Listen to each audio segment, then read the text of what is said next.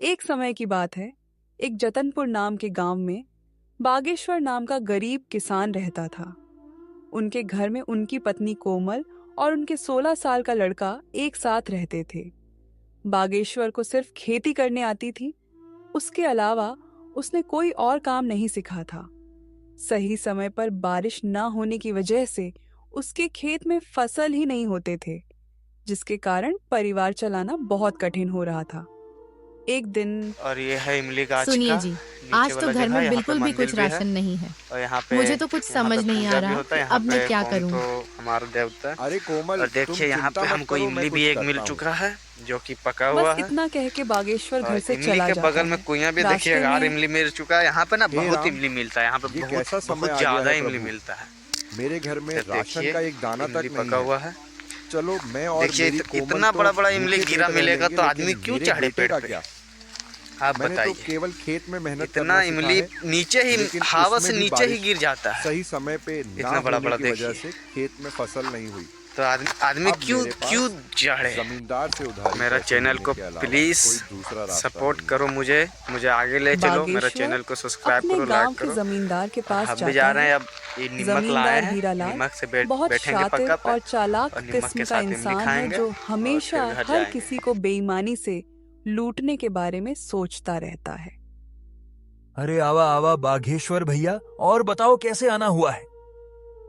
क्या बताऊं जमींदार जी, बहुत खराब समय से गुजर रहा हूं। देखिए ना, अब बारिश समय से ना होने पर खेत की सारी फसलें बर्बाद हो चुकी हैं।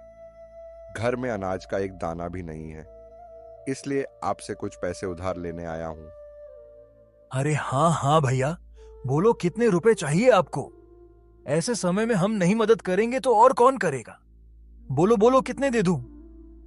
आपका बहुत बहुत धन्यवाद जमींदार जी, लेकिन मैं ज्यादा पैसा उधार नहीं लेना चाहता, इसलिए आप ऐसा करें कि 1,500 रुपये दे दीजिए। अरे भैया, ये कैसन बात कर रहे हो। भला 10 से 12 हजार रुपए तो लो। क्या पता आगे चल के कब बरसात होगी और कब समय बदले। जमींदार मन में सोचने लगता है।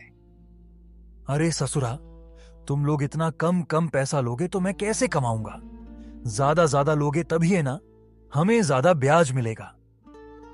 यहाँ बागेश्वर भी सोचने लगा। आखिर अब मैं क्या करूं? वैसे ये कह तो ठीक ही रहे हैं, पता नहीं कब भगवान की हम जैसों पर दया होगी। एक काम करता हूं, 10,000 ले लेता हूं। अच्छा ठीक है, तो जमींदार भाई 10,000 पे कितना तक ब्याज लेंगे आप?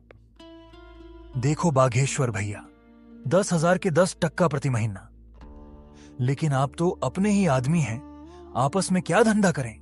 चलो आप 8% दे देना। हे भगवान, 8% प्रति महीना तो हमारे लिए बहुत ही ज्यादा ब्याज है। ले तो लेंगे, लेकिन चुकाएंगे कैसे? अगर नहीं लूंगा तो मेरा बेटा नकुल भूखा ही रहेगा। चलो ले ही लेता हूं। अगर भगवान की यही मर्जी है तो यही सही। अरे बाघेश्वर भैया, क्या हुआ, क्या सोच रहे हैं। ब्याज के बारे में तो नहीं सोच रहे हैं। हाँ जमींदार भाई, इतना ब्याज कैसे? अरे कोनो चिंता की बात नहीं है। देखिए आप तो अपने हैं, आराम से चुकाइएगा। कहिए क्या कहते हैं। अच्छा ठीक है, दे दीजिए। बागेश्वर उस जमींदार से 10,000 रुपए उधार लेके चला जाता है। चलो अब जल्दी जल्दी बाजार से राशन और नकुल के लिए कुछ खाने को ले लेता हूँ। आज मेरा बेटा तो खुश हो जाएगा। बागेश्वर जल्दी जल्दी बाजार से सामान लेके घर के लिए वापस हो जाता है। घर पहुंचते ही कोमल बागेश्वर के हाथ में सामान देखकर खुश हो जाती है और कहती है, अजी, ये सामान पैसे कहाँ से मिले जी। देखो कोमल, मुझे पता है तुम मुझ पर गुस्सा करोगी, लेकिन मेरे पास और कोई चारा भी नहीं था। मैं समझ गई जी, आपने किसी से उधारी पैसे लिए होंगे। पर कोई बात नहीं, मैं भी वही सोच रही थी। लेकिन ऐसे समय में गांव में किसी के पास देने के लिए पैसे नहीं हैं। तो क्या आप जमींदार से उधारी पैसे लेके आए हो? हाँ कोमल, लेकिन तुम चिंता मत करना, भगवान के घर देर है अंधेर नहीं। अभी इस वक्त मेरे बेटे से बढ़ के और कुछ नहीं है। हाँ, आप कह तो सही रहे हो, लेकिन वह जमींदार बहुत चालाक और बेईमान है। वह बहुत ज्यादा ब्याज लेता है और समय पे पैसे ना देने पर खेत या घर छीन लेता है। आपने कितने रुपए उधार लिए? मैंने तो 1,500 ही मांगे थे, पर उसने कम से कम 10,000 या उससे ऊपर लेने बोला, इसलिए मैंने 10,000 ले लिए। सुनो ना कोमल, अब मेरे बेटे के आने का टाइम हो गया है। मैंने ये कुछ सामान लाया है, जाओ सबके लिए कुछ अच्छा सा बना दो। जी, आज तो मेरा बेटा खुश हो जाएगा। इतना कह के कोमल रसोई में चली जाती है। कोमल ने बहुत ही स्वादिष्ट खाना बनाई। खाने की खुशबू पूरे घर में महक रही थी। वाह कोमल, तो अपने बेटे की मनपसंद खीर बना रही हो। दोपहर में नकुल घर आ जाता है। अपना पसंदीदा खाना देखकर वो बहुत खुश हो जाता है। बड़े दिनों बाद बागेश्वर के परिवार में आज सभी के चेहरे पर खुशी थी। माँ, खाना तो बहुत बहुत ज्यादा स्वादिष्ट था। आज तो सच में माँ, मजा आ गया। अच्छा पापा, मेरे दोस्त सोमनाथ ने आज मुझे बुलाया है। कह रहा था कि आज वो मुझे अपने पापा से मिलवाने वाला है, इसलिए मैं वहां जा रहा हूं। 1-2 घंटे में वापस आ जाऊंगा। ठीक है बेटा, जाओ, लेकिन संभल के जाना और संभल के आना, ठीक है? हाँ पापा, आप फिक्र मत करो, मैं अच्छे से जाऊंगा और अच्छे से आऊंगा। इतना कह के नकुल घर से निकल जाता है।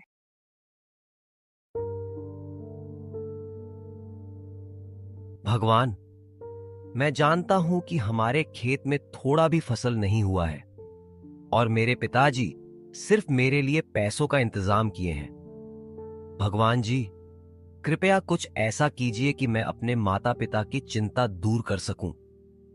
नकुल भगवान से प्रार्थना करते हुए अपने दोस्त सोमनाथ के घर पहुंचा। दरवाजे पर उसका दोस्त उसका इंतजार कर रहा था। अरे नकुल, तू आ गया। आजा, अंदर आजा। चल, मेरे पिताजी तुझसे मिलने के लिए कब से इंतजार कर रहे हैं। सोमनाथ, पर तेरे पिताजी मुझसे क्यों मिलना चाहते हैं?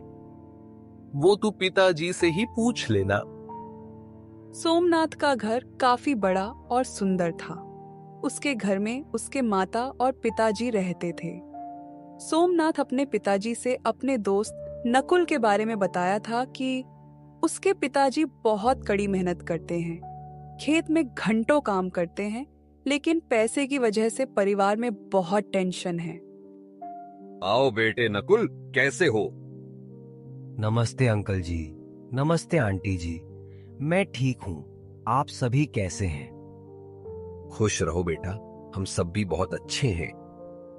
जगदीश, नकुल 9-10 मिनट ऐसे ही उसके और उसके माता पिताजी के बारे में बातें करते हैं और फिर बेटा नकुल, तुम तो बहुत स्मार्ट लड़के निकले।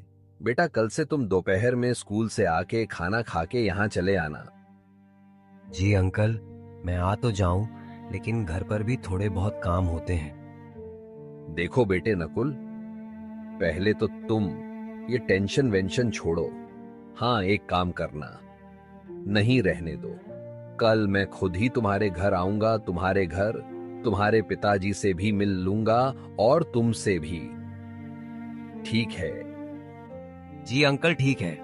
अच्छा, तो मैं अब चलता हूं। ठीक है बेटा, ध्यान से संभल के जाना। जी अंकल, मैं एकदम संभल के जाऊंगा। उतने में सोमनाथ की मम्मी बोली, बेटा नकुल, ये लेते जाओ, घर पे खा लेना। नहीं आंटी, इसे मैं नहीं ले सकता। अरे बेटा ले लो, देखो तुम्हारी ममता आंटी ने कितने प्यार से दिया है।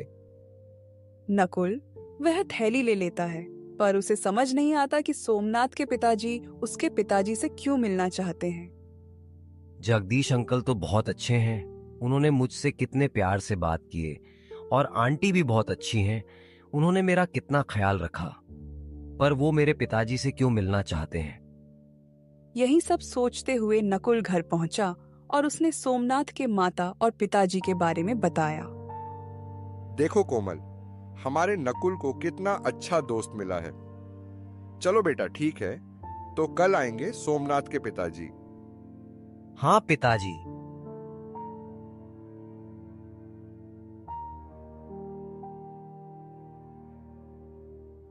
अगले दिन दोपहर में सोमनाथ अपने पापा को नकुल के घर ले आया। अरे बेटा नकुल, घर में नहीं बुलाओगे? अरे सर, आइए आइए। अरे कोमल देखो, हमारे नकुल के दोस्त और उनके पापा आए हैं। कोमल फट से सोमनाथ के पापा के लिए दूध वाली चाय बनाकर ले आती है। चाय पीने के बाद जगदीश जी बागेश्वर जी से कहते हैं, सुनिए बागेश्वर जी, मैं आपसे थोड़ी बात करना चाहता हूँ। जी सर, कहिए क्या कहना चाहते हैं। जी, आप मुझे सर मत कहिए, मैं भी आपका दोस्त जैसा हूँ, इसलिए मुझे जगदीश कह के बुलाइए। अरे अच्छा ठीक है, जगदीश जी बोलिए, आप क्या कहना चाहते हैं। जगदीश बागेश्वर को घर से थोड़ा बाहर ले जाके कहते हैं, बागेश्वर जी, मेरा बेटा नकुल को अपना बहुत अच्छा दोस्त मानता है। उसने मुझे बताया कि नकुल बहुत समझदार और अच्छा लड़का है, पर गरीबी के कारण से वो पढ़ाई छोड़ने की बातें कर रहा है। भगवान की दया से अब जाके हमारा सोमनाथ खुश रहने लगा है, नहीं तो पहले वो सिर्फ अकेला ही रहता था, क्योंकि उससे कोई दोस्ती ही नहीं करता था। अब क्योंकि आपके नकुल के कारण से मेरा बेटा खुश है, इसीलिए मैं उसकी पढ़ाई की फीस भरना चाहता हूँ। आप अब टेंशन भूल जाइए, समझे? बागेश्वर की आंखों में आंसू आ जाते हैं। आपका बहुत बहुत धन्यवाद जगदीश जी, आपने मेरी चिंता दूर कर दी। बस उस दिन से नकुल की पढ़ाई की चिंता दूर हुई। अब नकुल सोमनाथ के घर खेलने जाने लगा था। ऐसे ही एक दिन सोमनाथ के पापा कहते हैं, नकुल, सोमनाथ बेटा यहाँ आओ। वह दोनों जगदीश के पास जाते हैं।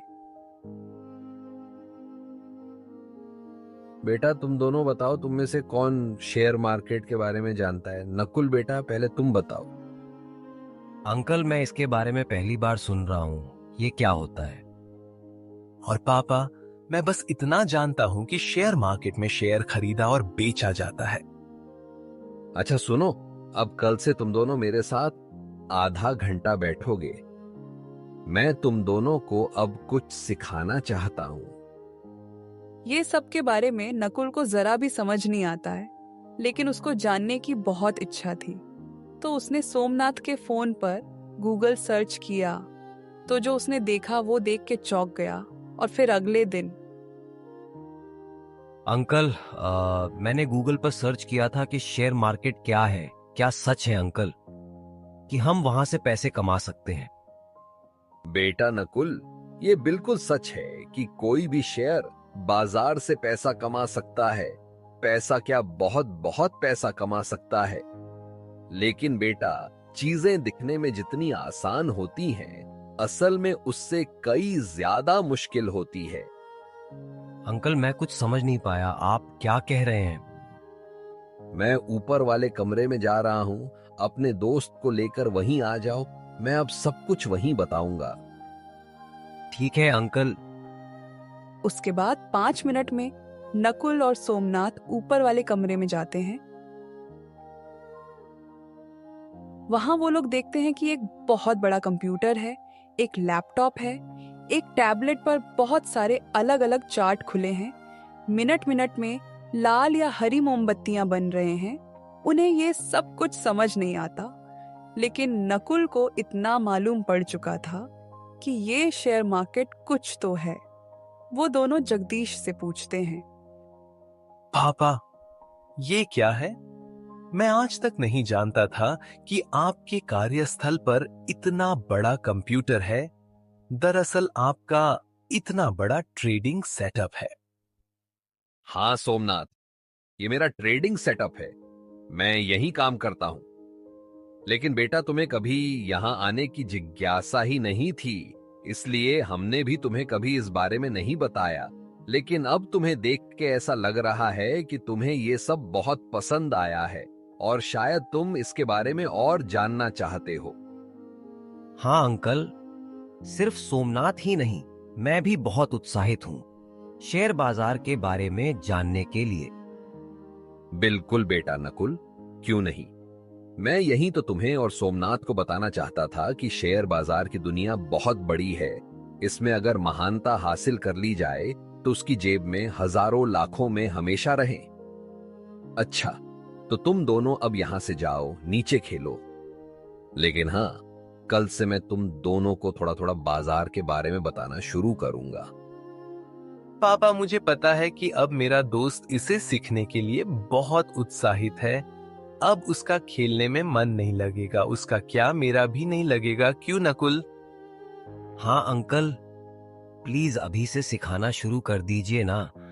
वैसे भी अभी कोई जरूरी काम नहीं है, तो हम फ्री ही हैं। बच्चों की अंदर की ये जिज्ञासा देखकर जगदीश मन ही मन खुश हो जाते हैं। लेकिन बेटा, इसे सिखाने के लिए मुझे सोचना पड़ेगा कि शुरुआत कैसे और कहां से करूं। इसलिए शुरुआत तो कल से ही होगी।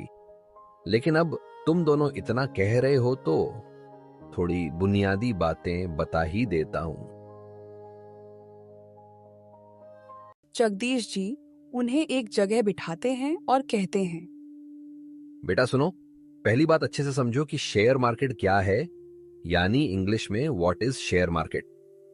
तो ये एक इंटरनेट पे ऐसा जगह होता है जहां दुनिया के हजारों लाखों कंपनियां एक जगह पर रजिस्टर्ड होती हैं।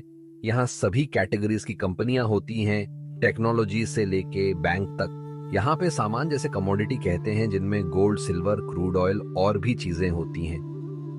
बस उस दिन जगदीश जी नकुल सोमनाथ को बस यही कुछ बेसिक बातें बताते हैं। लेकिन नकुल रात में भी स्टॉक मार्केट के बारे में सोचने से खुद को नहीं रोक पाता। वो हमेशा सोचते रहता है कि हे भगवान, आपका और जगदीश चाचा का लाख लाख धन्यवाद। आखिरकार मुझे एक ऐसा चीज पता चल गया जहां से मैं अपने परिवार को इस गरीबी से बाहर निकाल सकता हूं। मैं अपनी जी जान लगा दूंगा इसे सीखने में। बस आप मेरा साथ मत छोड़िएगा। घर के एक कोने से नकुल की माँ कोमल देखती है और वो बागेश्वर से जाके कहती है, हाजी सुनिए। हाँ, क्या हुआ कोमल, क्या बात है? आज हमारा नकुल कुछ परेशान सा नहीं लग रहा? देखिए ना, कब से करवटें बदल रहा है। हाँ कोमल, तुम ठीक कहती हो, चलो जाके पूछते हैं। बागेश्वर और कोमल दोनों नकुल के पास जाके पूछते हैं, बेटा नकुल, ओ नकुल, क्या बात है बेटा? नींद नहीं आ रही, कोई बात है तो हमें बता सकता है। पापा मम्मी, मैं तो ये सोच रहा था कि आप लोगों को कैसा लगेगा जब मैं एक सफल आदमी बन जाऊंगा। हमारा भी एक अच्छा सा घर होगा। धत्त पगला, हम दोनों तो डर ही गए थे। बेटा, हम लोग बहुत खुश होंगे उस समय जब तुम एक सफल आदमी बन जाओगे, है ना कोमल? हाँ जी, बिल्कुल सही कह रहे हैं आप। हमारा नकुल सफल हो जाएगा तो कितना अच्छा होगा। मम्मी पापा, अब आप लोग भी जाइए और सो जाइए। और हाँ, चिंता बिल्कुल मत करना। फिर बागेश्वर और कोमल भी सोने चले जाते हैं। अगले दिन नकुल अपने साथ एक कलम और एक किताब लेके बहुत उत्साह के साथ सोमनाथ के घर जाता है। दरवाजे पर उसका दोस्त उसकी राह देख रहा है। तेरा चेहरा देख के समझ आ रहा है कि तेरा मन आज सिर्फ शेयर मार्केट के बारे में सीखना चाहता है ना? हाँ सोमनाथ, अच्छा देर नहीं करते हैं, चल फटफट अंकल के पास जाते हैं। लेकिन वो दिख नहीं रहे, कहाँ हैं? अरे नकुल, थम जा यार। अच्छा चल, वो ऊपर के कमरे में हम दोनों का इंतजार कर रहे हैं। वो दोनों ऊपर के कमरे में जाते हैं। वहाँ जगदीश जी इनको सिखाने की तैयारी कर रहे थे। अरे बच्चों, तुम आ गए। आओ आओ, अब जल्दी जल्दी यहाँ बैठ जाओ। मैं आज तुम्हें कुछ एग्जाम्पल के साथ सिखाऊंगा कि रियलिटी में मैं मार्केट में कैसे ट्रेड करता हूँ। देखो बच्चों, मार्केट में आपको दो टाइप के लोग मिलेंगे। एक होता है बायर्स यानी खरीदने वाला, और दूसरा होता है सेलर्स यानी बेचने वाला। यहाँ एक खरीदता है तो दूसरा बेचता है। अब आगे सिखाने से पहले मैं तुमको 3 पिलर्स ऑफ सक्सेस बताना चाहता हूँ। क्या तुम दोनों में से कोई पॉइंट्स बता सकते हो? नकुल पहले हाथ ऊपर करता है और कहता है, हाँ अंकल, मैं जानता हूँ। वो 3 पॉइंट्स है, डिसिप्लिन, कंसिस्टेंसी और पंक्चुअलिटी। शाबाश बेटा, बहुत बढ़िया। अब मैं ये बताता हूँ कि तुम इस मार्केट में सक्सेसफुल बनने के लिए कैसे अप्लाई कर सकते हो। देखो बेटा, सबसे पहले डिसिप्लिन, जिसका मतलब होता है किसी भी काम का एक प्रॉपर स्ट्रक्चर होता है। तुम्हें उसके हिसाब से ही वो काम करना चाहिए। जैसे मार्केट में हर एक काम करने का सही तरीका होता है। अगर उसके हिसाब से काम किया जाए तो काम हमेशा सही होता है। उतने में सोमनाथ कहता है, पापा, आगे का 2 पॉइंट्स मैं बताऊं? बिल्कुल बेटा, बताओ। पापा, कंसिस्टेंसी का मतलब होता है किसी भी काम में कंसिस्टेंट रहना, और लास्ट पॉइंट है पंक्चुअलिटी, जिसका मतलब होता है टाइम टू टाइम, यानी समय पे हर काम हो जाना चाहिए। पापा, ये 3 पॉइंट्स के हिसाब से अगर हम मार्केट में रहते हुए अपने डिसिप्लिन को फॉलो करते हैं और दूसरे काम में कंसिस्टेंसी और पंक्चुअलिटी बनाए रखते हैं, तो हम एक सफल ट्रेडर या इन्वेस्टर बन सकते हैं। क्या मैंने सही बोला पापा? अरे बेटा, तुम बिल्कुल सही बताए हो, लेकिन तुमको पहले से ये सब पता है? हाँ पापा, हमको इसके बारे में कॉलेज में पढ़ाए थे और शेयर मार्केट के बारे में मैंने भी थोड़ी बहुत रिसर्च की थी। उसके अगले 30-40 दिन में जगदीश जी ने बच्चों को शेयर मार्केट के बारे में सब बता दिया था। जैसे मार्केट में कब खरीदना है, कब बेचना है, ट्रेड कैसे लेते हैं और बाकी के चीजें। एक दिन सुबह में सोमनाथ और नकुल एक साथ कुछ बातें कर रहे होते हैं। उतने में जगदीश जी उन्हें बुलाते हैं।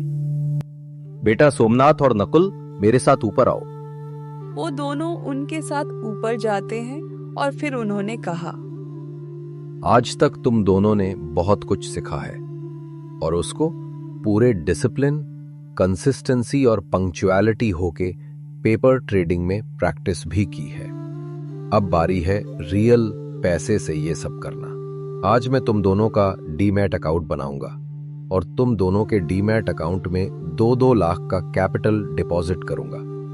तुम्हें उसका इस्तेमाल करके अपना कैपिटल बड़ा बनाना है। लेकिन बेटा, कहीं पे भी अपने पैसे को इन्वेस्ट या ट्रेड करने से पहले अपने रिस्क को मैनेज करना, फिर आगे स्टेप लेना। उस दिन से नकुल और सोमनाथ दोनों ने मार्केट में पैसे से काम चालू किया। शुरुआत में दोनों ने डर डर के कैपिटल को यूज किया, लेकिन कुछ ही हफ्तों में वे कॉन्फिडेंट हो गए। अब वह दोनों धीरे धीरे छोटे छोटे प्रॉफिट्स बुक करने शुरू कर दिए थे। लेकिन एक दिन, यार ये पेनी स्टॉक में पैसा इन्वेस्ट करूं या नहीं? सिर्फ 2 रुपए का एक शेयर है। मैं आराम से 30,000 शेयर खरीद सकता हूं। 1-2 रुपए भी बढ़ गया तो बहुत अच्छा प्रॉफिट होगा। यहाँ नकुल ने गलती की। उसने कंपनी के बारे में रिसर्च नहीं किया। उसने सिर्फ प्रॉफिट को देखा और लालच में उसने वो शेयर खरीदे ली। खराब किस्मत से उस स्टॉक की कीमत 1.5 रुपए से गिर गई। हे भगवान, ये मैंने क्या किया? ये कैसे हो गया? मुझे ऐसा नहीं करना चाहिए था। मैंने अपने रिस्क मैनेजमेंट पर ध्यान नहीं दिया, डिसिप्लिन को फॉलो नहीं किया। 45,000 का नुकसान। अब मैं क्या करूं? उतने में गांव का जमींदार हीरालाल अपने आदमी के साथ आ जाता है। कवन दिशा में गया ललुआ का घरवा, कवन दिशा में? अरे मालिक, वो दिशा में है। हीरालाल बागेश्वर के घर के सामने आके कहता है, अरे ओ बागेश्वर भैया, अरे कहवा बाड़ा हो, तनिक बाहर निकलिए महाराज। अरे कोमल, लगता है जमींदार अपने पैसे लेने आया है। तुम यहीं रुको, मैं देख के आता हूँ। बागेश्वर घर से बाहर आता है। अरे जमींदार जी, नमस्कार। अरे भैया नमस्कार नमस्कार। बागेश्वर भैया, हम कह रहे थे कि पैसवा कब दीजिएगा? अभी भी 4,000 ब्याज सहित बचा है। याद है कि भुला गए? नहीं नहीं जमींदार जी, भूले नहीं हैं। बस इस वक्त घर में परिस्थिति कुछ ठीक नहीं चल रही। मुझे 1-2 महीने का और समय दे दीजिए, मैं आपके बचे हुए पैसे ब्याज के साथ चुका दूंगा। देखिए बागेश्वर भैया जी, आपको समय चाहिए तो ले लीजिए, लेकिन आज से उस पे 25% ब्याज लगेगा, समझ गए? उतने में नकुल की आंख खुली। उसने माँ से पूछा, माँ, ये शोर कैसी है? बेटा, 1.5 साल पहले तुम्हारे पापा उस जमींदार से पैसे लिए थे। हमें कुछ पैसे अभी देने बाकी है, वो वही मांगने आया है। नकुल घर से बाहर आता है और जमींदार से कहता है, प्रणाम जमींदार जी। अरे खुश रहा बचवा, हमेशा सम्मानित जीवन जियोगे तुम। तनिक अपने पिताजी से कहिए हमरा पैसा लौटा दे जल्दी से। नकुल अपनी जेब से मोबाइल निकालता है और कहता है, कहिए जमींदार जी, आपके ब्याज सहित कितने रुपए हुए हैं? बबुआ, तुम दोगे का बताओ। हाँ कहिए, कितने हुए? ए जी सुनो, हमको जरा डायरिया दो, जरा चेक ना करना पड़ेगा। जमींदार डायरी में देखता है और कहता है, देखा बबुआ, आपके 4,000 रुपया पर 8% ब्याज के साथ 1.5 साल का होता है, सिर्फ 4,576 रुपया। आप अकाउंट नंबर बोलिए, मैं अभी पूरे पैसे आपके अकाउंट में ट्रांसफर कर देता हूँ। हीरालाल अपना अकाउंट नंबर बताता है। नकुल ब्याज सहित पूरे पैसे उसके अकाउंट में ट्रांसफर कर देता है। मैसेज आने के बाद जमींदार वहां से चला जाता है, लेकिन यहाँ बागेश्वर को समझ नहीं आ रहा था कि नकुल के पास पैसे कहाँ से आए। तो उसने नकुल से पूछा, ए नकुल बेटा, ये तुम कैसे किए? हमारा मतलब है कि तुम्हारे पास इतने पैसे कहाँ से आए? इतने में कोमल कहती है, अरे क्या हुआ जी? मम्मी पापा, देखिए आप दोनों शांत हो जाइए।